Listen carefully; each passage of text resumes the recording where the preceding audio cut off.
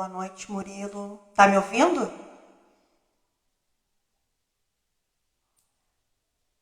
Dá um certinho pra mim pra ver se tá me ouvindo direitinho.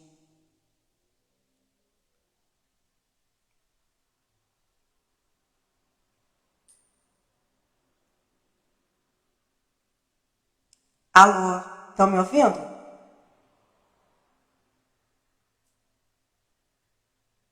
Ótimo, obrigada. Boa noite, minha irmã Silvana, Roger.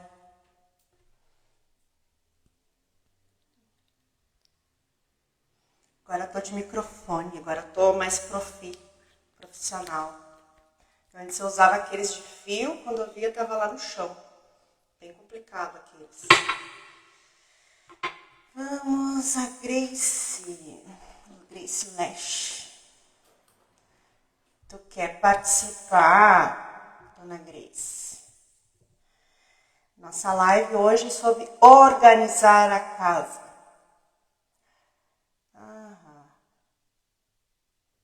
Organização de casa. Antes eu estava usando esses aqui, ó. Esses microfones. E aí eu colocava aqui, quando eu via estava lá no chão. Aí a voz não saía direito. Eu acho que esse aqui tá saindo bem. Oi, mana. Ai, saudade. Saudade, irmã. Oi, meu amor, Grace da Lash. Grande profissional dos cílios. Saudade mesmo. O Roger, eu vejo ele mais seguido, nosso irmão. Mata a saudade assim. Fazer a nossa livezinha semanal, falando sobre organizar a casa. Você sabia que organização, ou o organizar, vem do feminino? Sim, vem da nossa mãe. Nós precisamos organizar a casa como? Internamente. A casa é o nosso bem mais precioso, a nossa alma. A Vivi, boa noite, Vivi, Garcia, Bruna. Bom, organizar a casa é colocar em ordem a vida, nas emoções, nas relações. Como anda a sua casa internamente? Aí, consegue me responder? Está bem? Está mais ou menos? Ou você toma aquele... vou fazer uma metáfora. Um antialérgico para eliminar a alergia, mas não limpa a casa. E aí, quando tu chega naquela casa empoeirada, começa tudo de novo. Basta um gatilho acionar que tu acaba se desorganizando novamente. Boa noite, Vivi, querida. Norberto, do salão. Então, tomar antialérgico para eliminar as alergias que carregamos e não limpar a casa, não organizar a casa, não vai ter resultado. Porque em algum momento vai ter um gatilho e vai acionar novamente as suas emoções e acaba desorganizando internamente a sua alma. Ai, como assim, Tati? Como que desorganiza? Vamos dizer que você se depara com uma situação, um problema. E como que você vai lidar com aquele problema? Desperta um gatilho, desperta um medo, uma ansiedade, uma angústia. Eu mesmo tenho um gatilho, né? Que alguns irmãos aqui já sabem. Eu não vou falar o que é. Mas eu estou com um gatilho de ter asma. Em certas situações, eu começo. E isso foi acionado há 2 anos atrás, por uma situação aí. Então, eu preciso ver o que está acontecendo comigo. Quando eu estou nessa falta de ar, né, que é a respiração, porque eu já fiz exames e não aparece nada. Eu já fiz tomografia, já fiz raio-x, eu já fiz aquele tissolografia no hospital lá de clínicas. Eu fiz vários e não tenho nada. Então, é emocional. Então, o que eu percebi? Eu me conhecendo, eu entendo que eu tenho gatilhos. Então, eu tenho que organizar isso aí, para não ter, quando eu me deparar com algum problema, saber o que fazer. Mas, vamos olhar para isso hoje. A organização da casa vem do feminino, da nossa mãe. O filho que carrega a dor dos seus pais, o filho que tenta ser perfeito, carregando a dor dos pais e deixa de viver a própria vida. Carregar uma dor dos pais, querer ser perfeito, deixa de viver a própria vida. Às vezes um filho que foi castrado na infância, que foi muito cobrado, muito criticado, ele acaba levando isso para a vida adulta, se cobrando também. Mas ao mesmo tempo ele cobra os pais, queria que os pais fossem diferentes. Então ele anula a sua vida, se cobrando o tempo todo, querendo ser perfeito, porque na infância ele entendeu que tem que ser perfeito, porque senão as coisas não andam. E às vezes deixa de ir para a vida, deixa de fazer mais dinheiro, porque fazer dinheiro é botar a cara. É que nem o que eu estou fazendo agora. Porque se eu não sou vista, como que as pessoas vão saber que a Tati existe? Como que as pessoas vão saber que a Grace da Leste existe? Faz filhos perfeitos, né? Cada um tem as suas categorias. O Norberto tem que botar a cara. E botar a cara, às vezes, é sustentar, às vezes, o julgamento, o olhar torcido, que muitas vezes não conseguimos lidar. Por quê? O julgamento aciona o quê? A rejeição, o abandono. Mas de quem é essa voz do julgamento, da crítica, da cobrança de ser perfeito, que grita aqui dentro?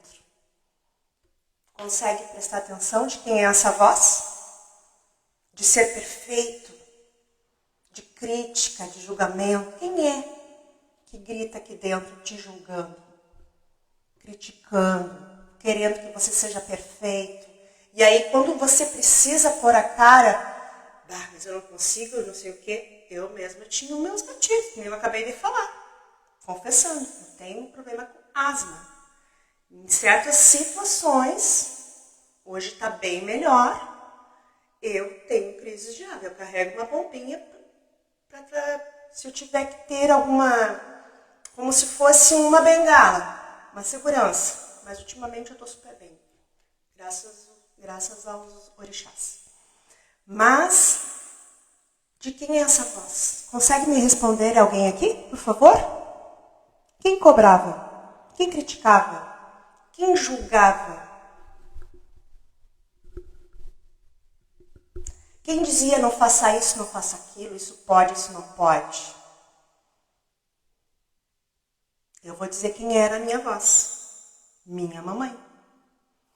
Senta aqui, não suja ali, não brinca, não isso, não aquilo. Mas ela não fazia o exemplo. Não estou criticando minha mãe, estou julgando. Coisas, isso, a mãe, é isso aí. Não estou julgando a minha mãe, não é isso. Ela fez da melhor forma possível para mim. Ela deu o melhor dela, o que ela sabia. O que foi passado a ela me passou os seus valores, né? Enfim, o seu caráter, toda a questão da educação infantil. Mas eu tinha uma voz dentro de mim. Eu não posso falar, não posso isso, não fala isso que é feio, sabe? E fora outras coisas, gente, que a gente escuta na infância e leva isso para a vida. E carrega como se fosse proibido. E até hoje, às vezes eu tenho que prestar atenção, o que está me deixando em conflito que eu preciso decidir? Porque eu fui criada de uma forma, vamos dizer que muitos rotulam, mãe narcisista. Eu tinha que estar o tempo todo da forma que a minha mamãe queria. Não suja, não brinca, não isso, não aquilo. Não se veste assim, não se veste assado, não fala isso. E hoje eu percebo a minha filha, que tem o meu neto maravilhoso, Vicente, deixa o menino se expressar. sabe? Ele vai fazer uma foto, ele faz careta, gente. Ele é muito específico com as coisas que ele fala e eu adoro isso. E eu vejo minha filha permitindo isso. Vai se criar uma criança com permissão para a vida. E às vezes eu fico observando adultos, a forma que eles se expressam. Por exemplo, uma mulher, a forma que ela se expressa, a forma que ela fala, a forma que ela se veste, aquele comportamento. E eu olho, nossa, essa aí teve mãe. Essa teve permissão de mãe. Entende? E às vezes a que não teve o pai. Mas não o pai fisicamente, às vezes o pai está fisicamente ali, mas o emocional dele está morto. Porque às vezes trabalha, e aí percebe que dando um brinquedo, está tudo resolvido. Quer preencher assim, aquele vazio paterno. E aí aquela pessoa que não teve aquele pai, normalmente ela é indecisa, precisa de validação das pessoas, ela não tem a coragem de meter a cara, de ir para a vida, vamos dizer assim. Precisa sempre de alguém, sempre, principalmente no relacionamento. Eu preciso resolver tal coisa, mas eu preciso do fulano. Ela depende para tudo. Fica que nem uma criança às vezes. Né?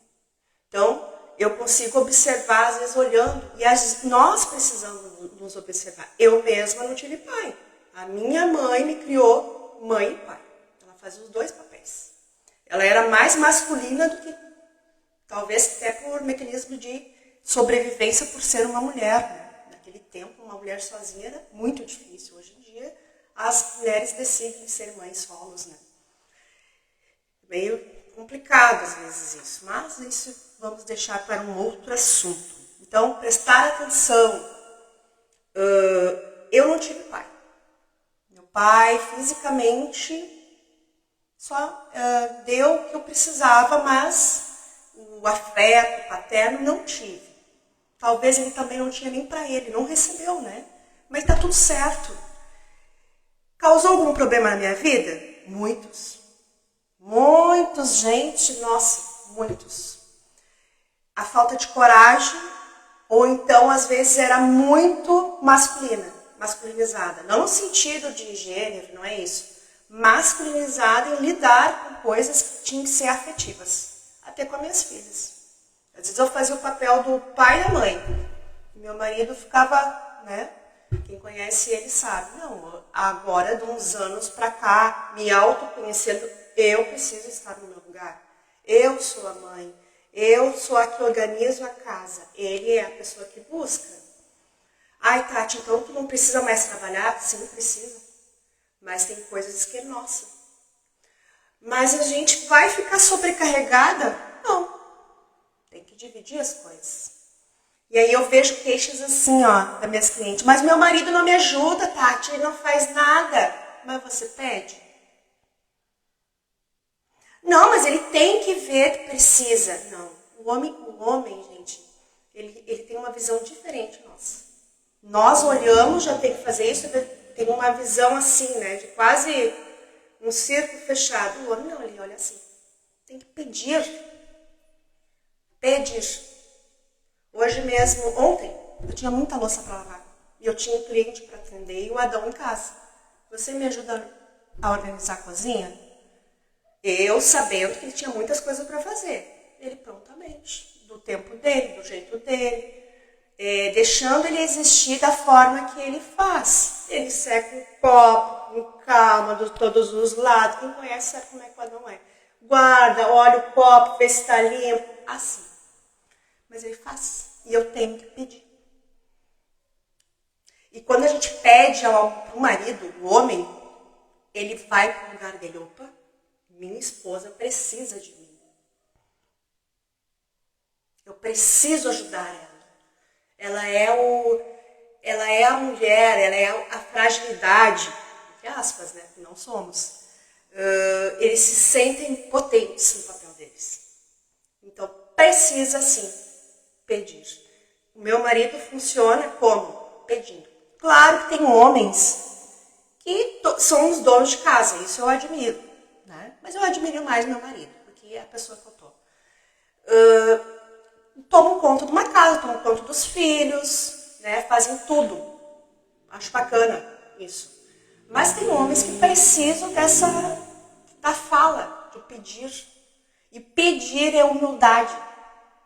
É se colocar humilde. E muitas de nós não precisamos de ninguém, porque teve uma voz lá atrás. Estuda, trabalha, para não precisar de ninguém, para não precisar de homem. E isso fica atuando. Precisamos sim um dos outros. O casal é dois, mas ele é um só. Se um cai, o outro cai. Se um sobe, o outro sobe. Para ter essa conexão, eles têm que estar junto, casados, tendo a dinâmica da troca, o equilíbrio, dar e receber e dar e tomar. Então, muitas vezes eu ouvia, vai estudar, vai trabalhar, não dependa de ninguém. O que a Tati fazia com as filhas? A mesma coisa. Mesma coisa quando elas eram pequenas. Tem que estudar, tem que isso, tem que aquilo. E hoje a Tati mudou. Quando uma mãe muda, ela muda todo o sistema da casa dela. Todo. Sem as pessoas perceberem. Elas notam que tem algo mais diferente, que está mais leve. Sim, gente, é incrível, assim, parece macumba a coisa. Constelação familiar, a psicanálise e um axé bem feito. Nossa, tem um resultado incrível.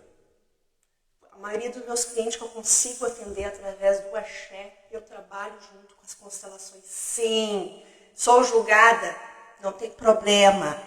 Mas diante do resultado, eles são pequenos diante do resultado que meus clientes têm. E que um indica o outro. O axé é maravilhoso. Tu larga no colo de uma pessoa, e aí, o que ele vai fazer com isso se ele não estiver em ordem emocional? Vai botar fora. Fica às vezes até na pulsão de morte, ou fica se colocando em risco, não faz o dinheiro, acha que tendo aquele axé, a vida deve alguma coisa para eles.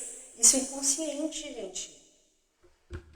Entende? Ai, mas é porque eu perdi, tive muitas percas, então estou cansado. E aí não adianta fazer axé, se não olhar para isso. E é profunda a coisa. Tem que olhar para a dor. Ai, mas não dá. Dá muito trabalho. É desafiador. E nossa, é desafiador. Mas eu digo assim, ó, vira uma chave dentro da cabeça da pessoa. Incrível. Basta querer. Permita-se fracassar. Fracassar é humano. É libertador. A perfeição aprisiona o erro, ensina e amadurece a alma. Para ter sucesso, tem que fracassar. Porque ninguém chega no sucesso sem fracassar. Eu quero que alguém me aponte o dedo se chegou no sucesso sem fracassar. Quantas vezes nós erramos num trabalho? Eu já fui cabeleireira, já errei cabelos, o Norberto está aqui, já errou cabelos, e assim a gente vai aprendendo. Muitas vezes a gente erra. Porque aí tem aquela coisa, eu não posso errar, eu tenho que ser perfeita. É aquela voz que está dentro de nós, que nós ouvimos na nossa infância. Foi a pessoa que nos apresentou a vida. Quem foi? A mãe. A forma que a nossa mãe nos apresenta a vida, nós carregamos para a vida adulta. Mas podemos entregar de volta. Como? Depois eu vou fazer um exercício bem bacana para quem fica aqui. O movimento narcísico e rejeição. Estou com uma cola aqui, tem muita coisa. Nem toda rejeição é rejeição. Às vezes é a vida empurrando para o crescimento. O olhar narcísico faz tudo parecer ofensa, mas é um convite à notoriedade. Tô usando a palavra narcisista, narcísico. Muitas vezes somos narcísicos. É aquela pessoa que às vezes leva tudo pro coração. Fala alguma coisa, já acha que é pra gente, né? Sabe aquela pessoa que acha que o mundo gira na volta dela? Normalmente são pessoas que têm um traço narcísico, né? Não é? Acha que tudo é sobre ela. Isso acontece muito porque a falta de confiança em si mesmo, a autoconfiança, a autoestima, amor próprio. Por isso que às vezes precisamos ligar aquele botãozinho do foda-se e ir para a vida. Mas como que eu faço isso, Tati? Olha para dentro de si, tendo amor próprio, né? E amor próprio, autoconfiança, autoestima, são vários autos, tem que olhar para isso. Clareza de propósito e motivação na vida. Pergunte-se, o que de fato você quer realizar com o seu trabalho? E sustentar ele. Por exemplo, pessoas que mudam de carreira, né? Eu mesmo trabalhei 24 anos de cabeleireira. E agora? Transição durante 5 anos, 6 quase. Quase uma faculdade, transitando para lá e para cá, nos dois. E eu me perguntava o que de fato eu quero realizar fazendo isso. E agora? O que de fato eu quero fazer sobre isso? Número 1, primeira coisa, para ir para uma transição, sustentar o querer. Sustentar como? Sustentar os nãos, os julgamentos. Olha a Tati lá misturando a religião com como é que fala? Terapias holísticas. Né?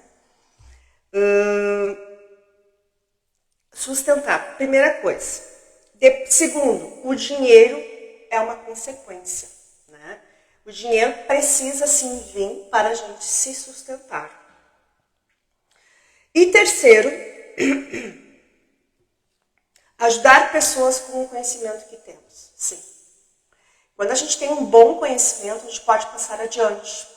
Por exemplo, uma pessoa que é cabeleireira, ela pode dar aula. Uma pessoa que... um tamboreiro também pode dar aula.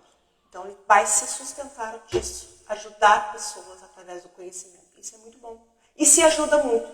Quem ensina também aprende com a pessoa que está sendo ensinada. É muito bom.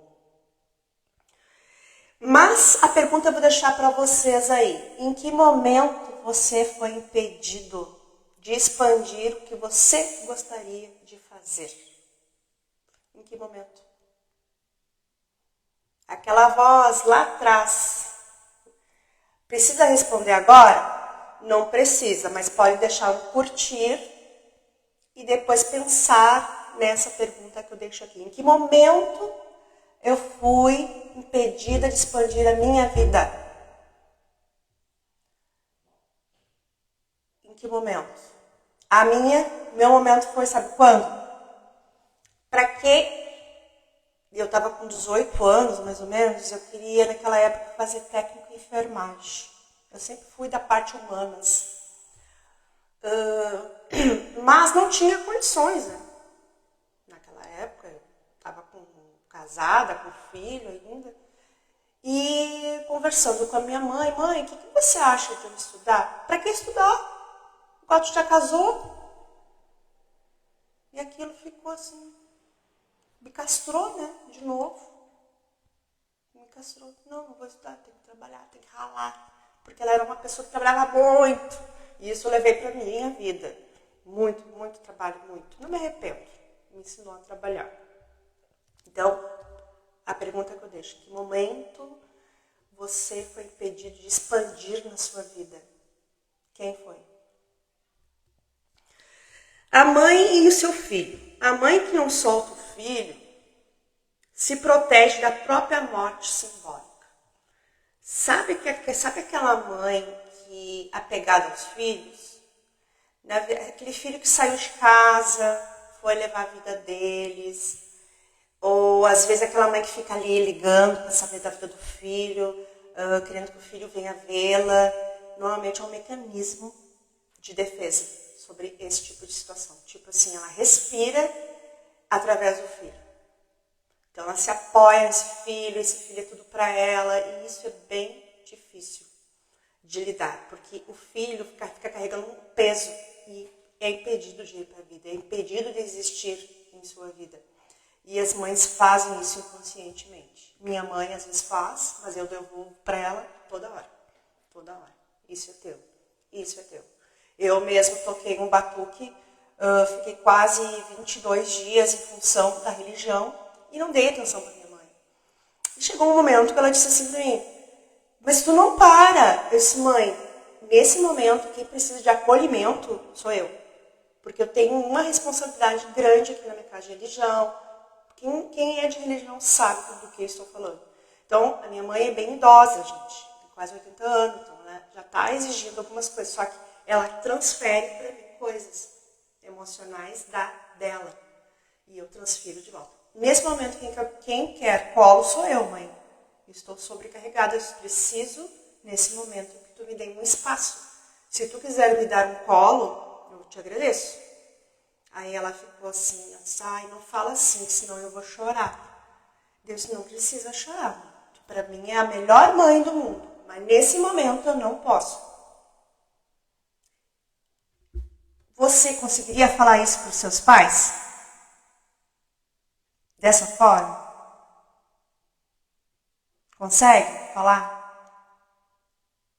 Talvez consiga, porque você já tem um conhecimento sistêmico, mas a maioria não consegue. Se sente culpado, se sente responsável pela vida daquele pai.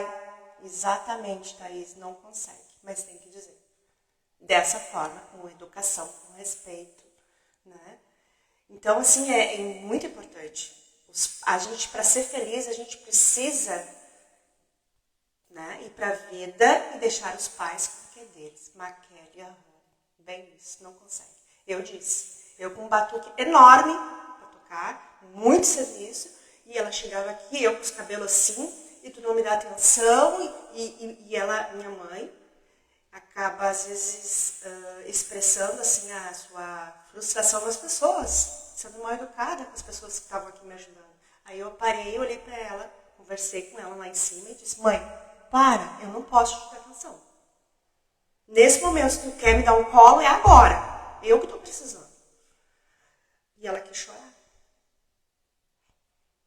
E eu fui ali firme, gente. Eu vi que ela encheu os olhos da água e fiquei firme. Assim.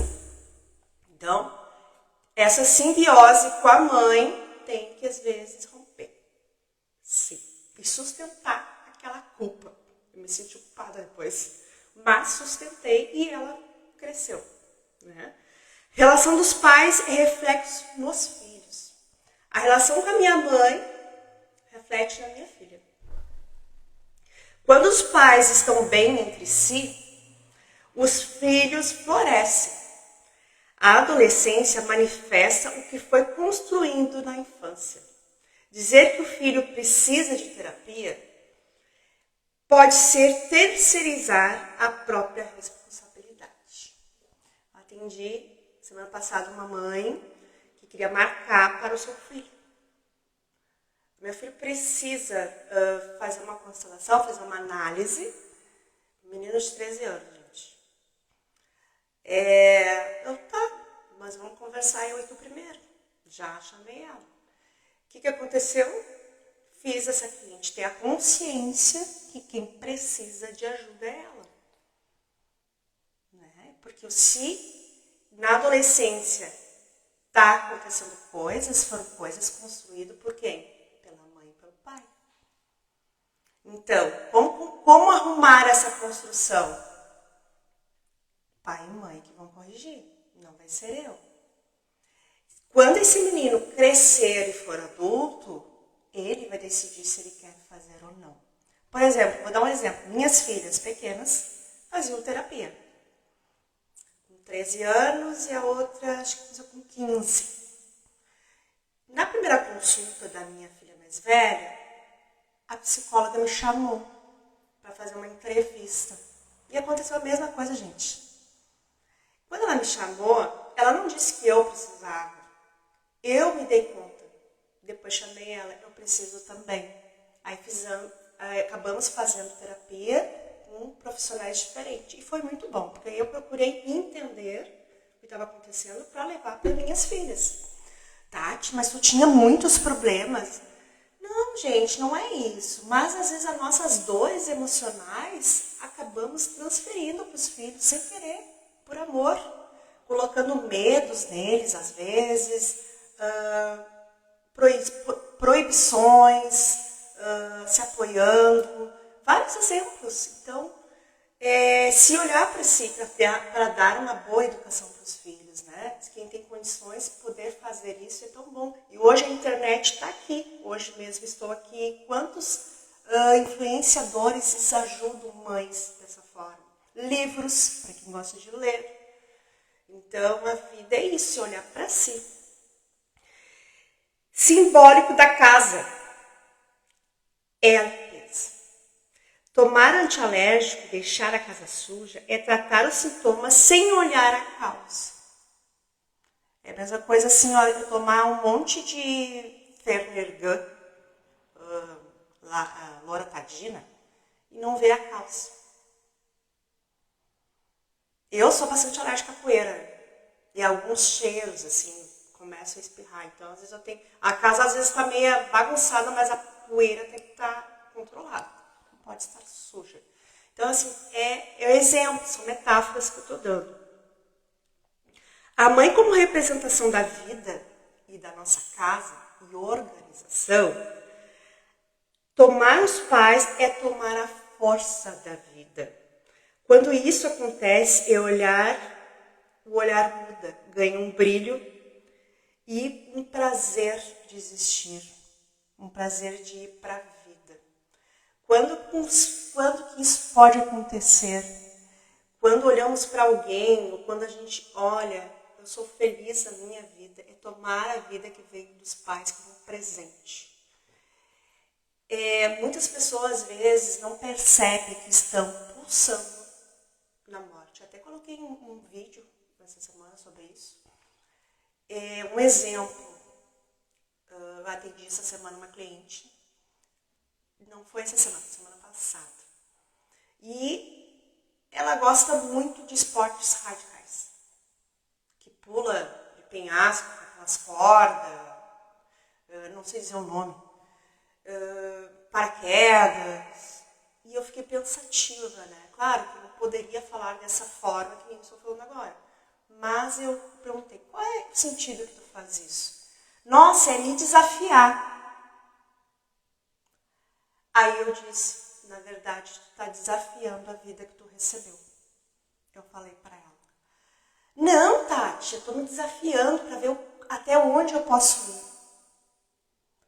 E aí eu disse, até onde a vida vai se estender dessa forma para ti. Vocês lembram da menina do vulcão, né? Ficou desaparecida, que ela foi fazer uma trilha. O que vocês acham que estava pulsando ali? Vida ou morte? Consegue me responder? Vida ou morte? Da menina do vulcão lá aqui no México. Quem olhava ela fazendo muitas viagens, acha que pulsa a vida. Mas tem algo profundo ali. Por que se coloca em risco? Por que está desafiando a sua vida dessa forma? Então, alguns esportes radicais eu não consigo compreender. Tati, tu faria alguma coisa desse tipo? Talvez. Talvez. Mas levar isso como um esporte, não sei, gente.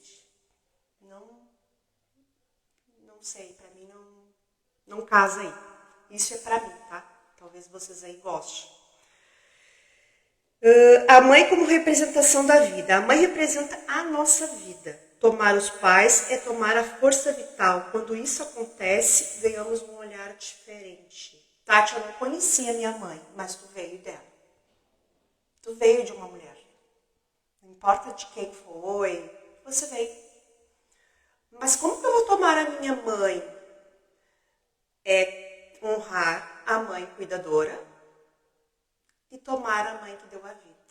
Da forma que foi, do jeito que aconteceu, compreender, sim, da forma que foi. Aceitar eu acho que é meio empurrar a goela abaixo. Mas o compreender já está ali no meio. Bom, minha história é essa, minha mãe não pôde me cuidar, ou a minha mãe partiu quando eu nasci. Tem histórias assim, gente, que eu tenho cliente que a mãe faleceu no parto. Já tive uma história que a mãe se suicidou. De clientes assim. Então é como se fosse abandonado. Minha mãe não quis. Minha mãe me deixou. Isso cria inconscientemente sobre isso. Minha mãe me deixou. Ai, a doença levou a minha mãe. Mas ela existiu. E ela te deu o bem maior que é a vida. Tati, mas se eu tomar a vida, tá tudo resolvido? Bom, se tu tiver essa consciência e colocar em prática as coisas, sim, vai conseguir. Mas precisa, sim, às vezes, de uma ajuda, um suporte terapêutico e às vezes até psiquiátrico. Eu não nego pessoas aqui, meus amigos. Temos 10 pessoas aqui. Eu tomo, sim, há 11 anos uma medicação para depressão. E tá tudo ok. Ah, então tu não tá bem? Não, estou bem sim. Estou ótima. Não deixo de tomar o meu remédio. Temos que parar com esse tabu de dizer que é coisa de louco. Que psicólogo é pra louco. Que terapia é pra louco. Que psiquiatra, isso aí é maluquice, é gente fraca. Não é. É gente forte. Sabe por quê? Tem coragem de ir lá encarar e falar da sua dor. E falar do que precisa melhorar. Isso é gente forte. Eu já ouvi gente dizendo pra mim, assim, na minha cara. Ah, psiquiatra porque tu é louco. Então tá, então eu sou louca. Prefiro ser louca, assim. Mais forte pra ir pra vida. Então, organizar a casa é assumir a responsabilidade pela própria vida. Deixar o que é dos pais com eles e viver o que é seu. A verdadeira organização está no seu coração, na sua alma. Vamos para o nosso exercício. Feche os olhos. Sente-se aí na sua cadeira, confortável. Respire profundamente.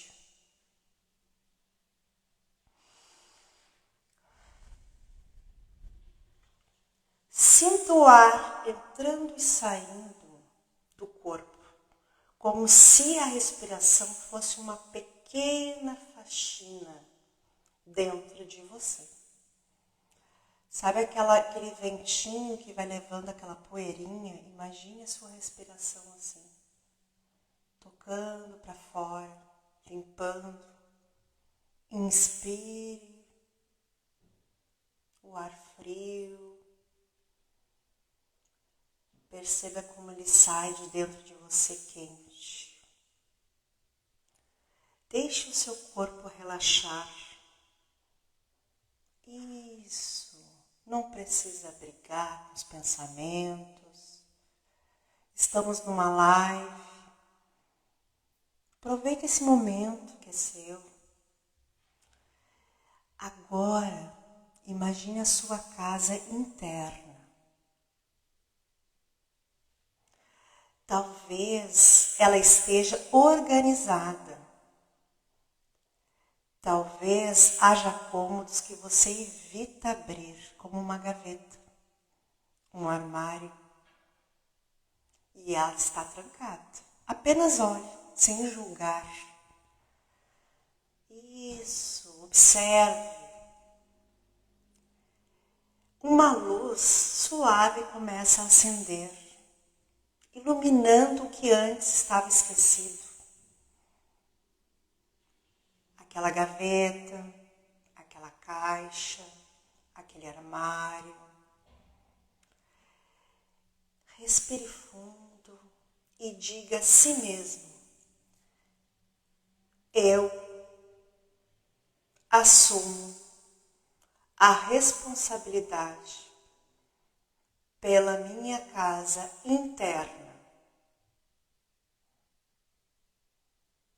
Isso. Observe como é dizer isso.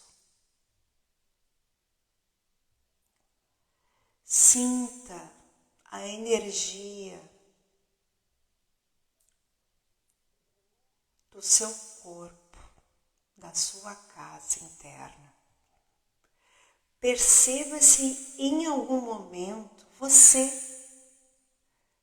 transferiu a responsabilidade de cuidar da sua casa interna para alguém.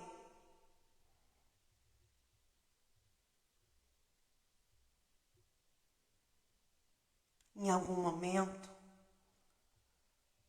você transferiu ou pensou em transferir. Respire fundo e diga com firmeza e amor: eu não preciso transferir para o outro o que é de minha responsabilidade. E se um dia eu transferir, hoje eu tomo de volta.